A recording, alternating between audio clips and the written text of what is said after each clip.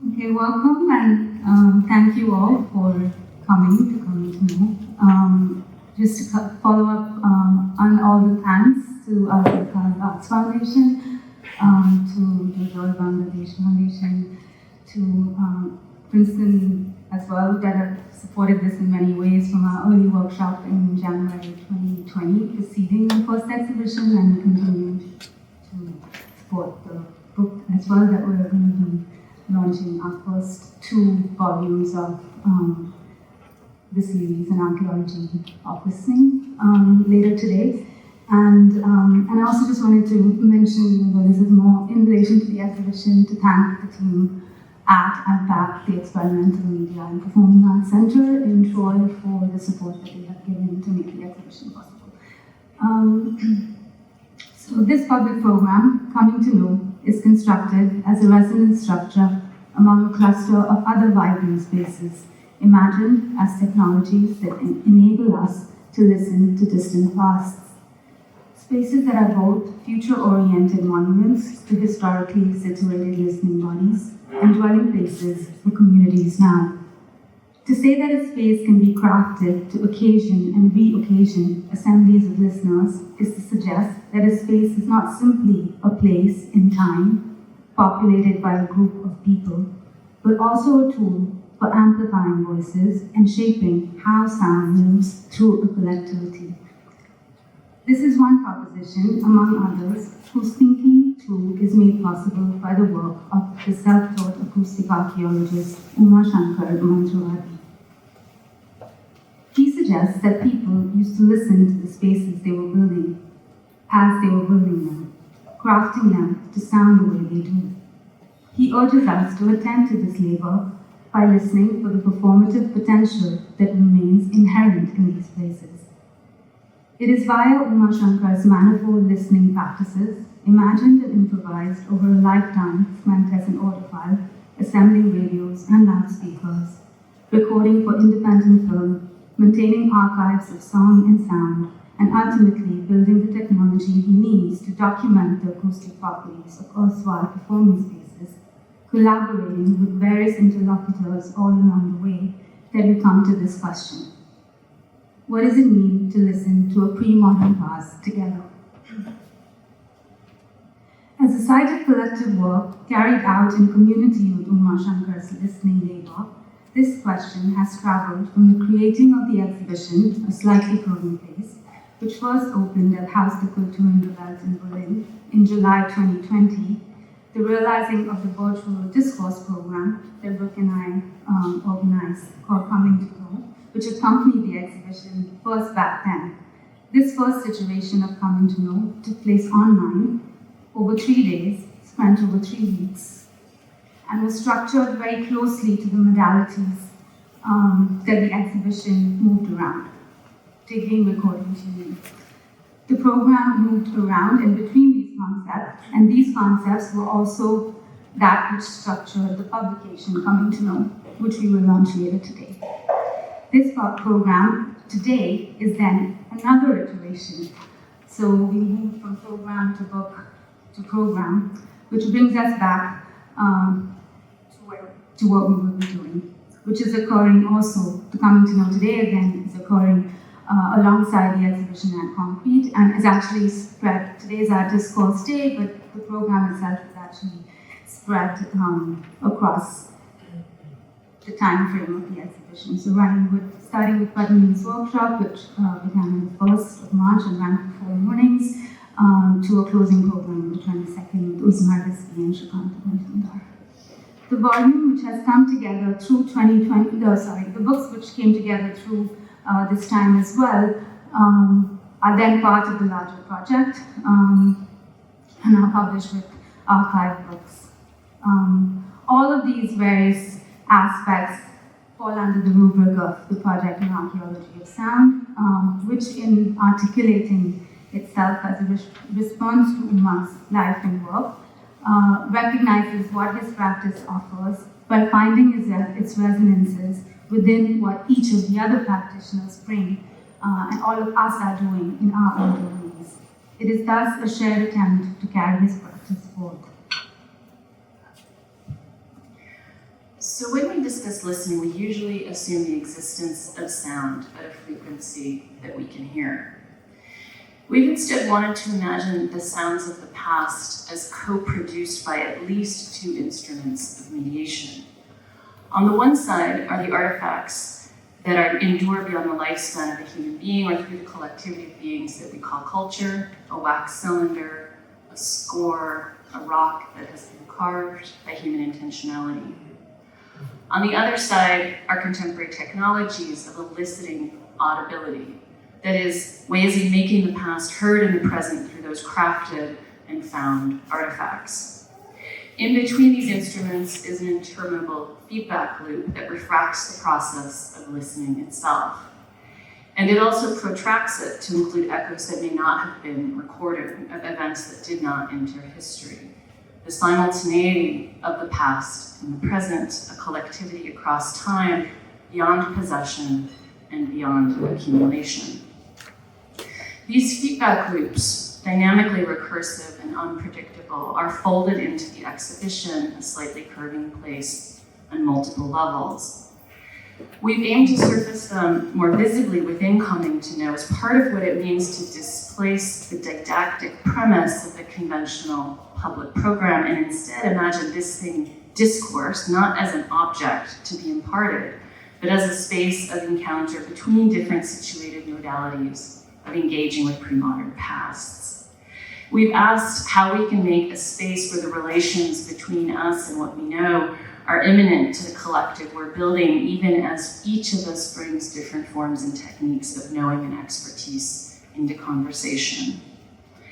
These forms and techniques cross different academic disciplines and different practices, and in their multiple crossings, they make the ground where we can build an epistemic community within which each of us is always risking the knowledge within us in a new collective experiment of sense-making. With the discourse program itself, we've also had multiple opportunities to think together about the ways in which we gather. First, over 3 weeks, partially or nominally located in Berlin, we thought of layers of virtuality with time lags and suspended signals that attempts to read embodied minds through the cues that surface in a Zoom box. Now we find ourselves back together, and questions of mediation and knowledge-making together are reworked yet again as we can think afresh about what it means for us to gather in a common space that nevertheless still is always being made through conversation. So when we put things like this, we can start to understand listening to the premodern past as a mode of coming to know that never arrives at its object. It's a process that is always moving between objects and subjects, embodied listeners, and resonant matter. This kind of listening to the past, in other words, is facilitated by prostheses. It is resolutely processual and porously social. So by honing in on instruments, processes, and sociality, we are extending an invitation to think about coming to know in a particular way. Our attempt is not to achieve epistemic mastery over the past, its people, and its places. This kind of knowing as consumption is often a cause of a partitioning of past from the present, and objectification taken as the precondition of objective knowing.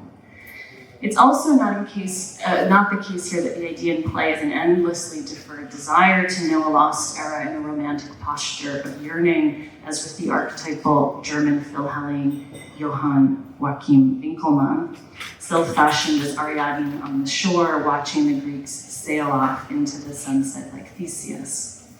Suffice to say, the past is a contested place, one that has been extracted by colonial regimes of knowledge and value production and continues to be pillaged by right-wing nationalisms. This has been made abundantly clear by the way in which archaeology was ideologically embroiled in the destruction of the Babri Masjid in 1992 by Hindu forces that claim the site to be the birthplace of Ram. The empirical authority of the Archaeological Survey of India has since been upheld by the Supreme Court in 2019 when it partly relied on contentious findings from an excavation carried out in Ahodhya in ruling that the structure underneath the medieval mosque was not of Islamic origin. That decision Grounded in an archaeological logic that was cloaked in the ostensible facticity of the unearthed, laid the foundation for a new temple on the ruins of a cultural fabric. So throughout this program, we've thought a lot about a refusal to cede the multiplicity of the past to hegemonic narratives that seek exclusive ownership over it to validate their claims to the present. Our effort has also been to reckon with the epistemic apparatuses we might have inherited and that continue to be at work, for example, in the games of proof and counterproof we're forced to play about a place. And finally, one of the wagers of this project has been that if we do not know what there is to be known in advance, a set canon or repertoire of techniques, a map made for strategic capture, then there can be no discipline founded on the mastery of the determined field. So in short, we do not know what it is we're doing with this project. We learn as we go, and we learn from others, and that has been at the core of this work. By tuning into the polyphony of the past and its resistances to being known, as well as to our own knowing beings as always multiplicities, we've been trying to direct our efforts to creating resonant spaces to host the processes and collectivities that can be formed in coming to know it differently. Our interest in coming to know that never arrives looks to the DIY, to the improvised and adaptable ways in which people make contact with traces of the ancient past that are neither figments of our imagination nor prophecies telling us who we are or were, or indeed who we ought to be and who we are not. So there's a question here about kind of the political sufficiency of the project and how it positions itself in relation to our contemporary politics and what this engagement that is through these practices that are improvised and adaptable, what kind of stake they hold. If we insist on the need to consider these knowledge practices in terms of their entanglement with imperial projects of epistemic mastery and the regimes of value they continue to underwrite within universities and museums, we also recognize the possibilities opened up by creatively repurposing them as elements within transdisciplinary experiments. It is with this spirit that the texts and talks that we will hear today take a critical stance towards institutionalized disciplines and colonial archives,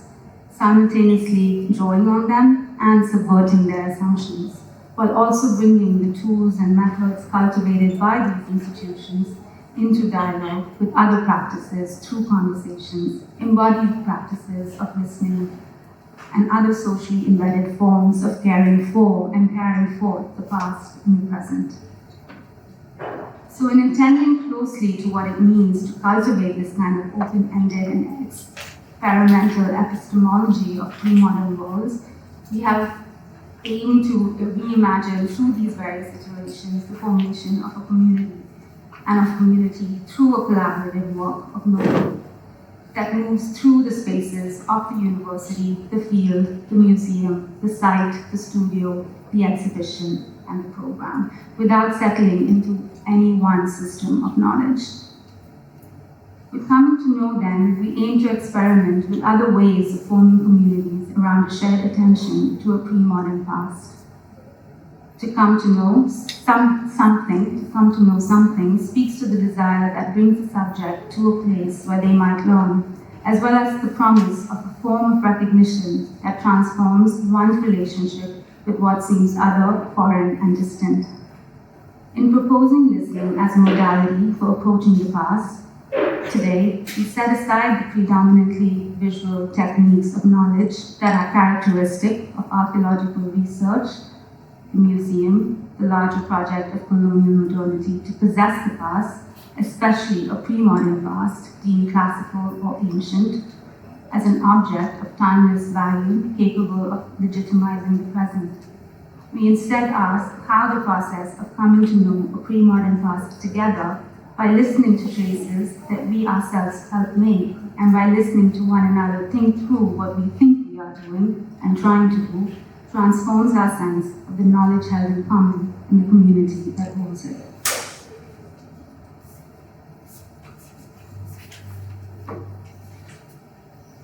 Thank you.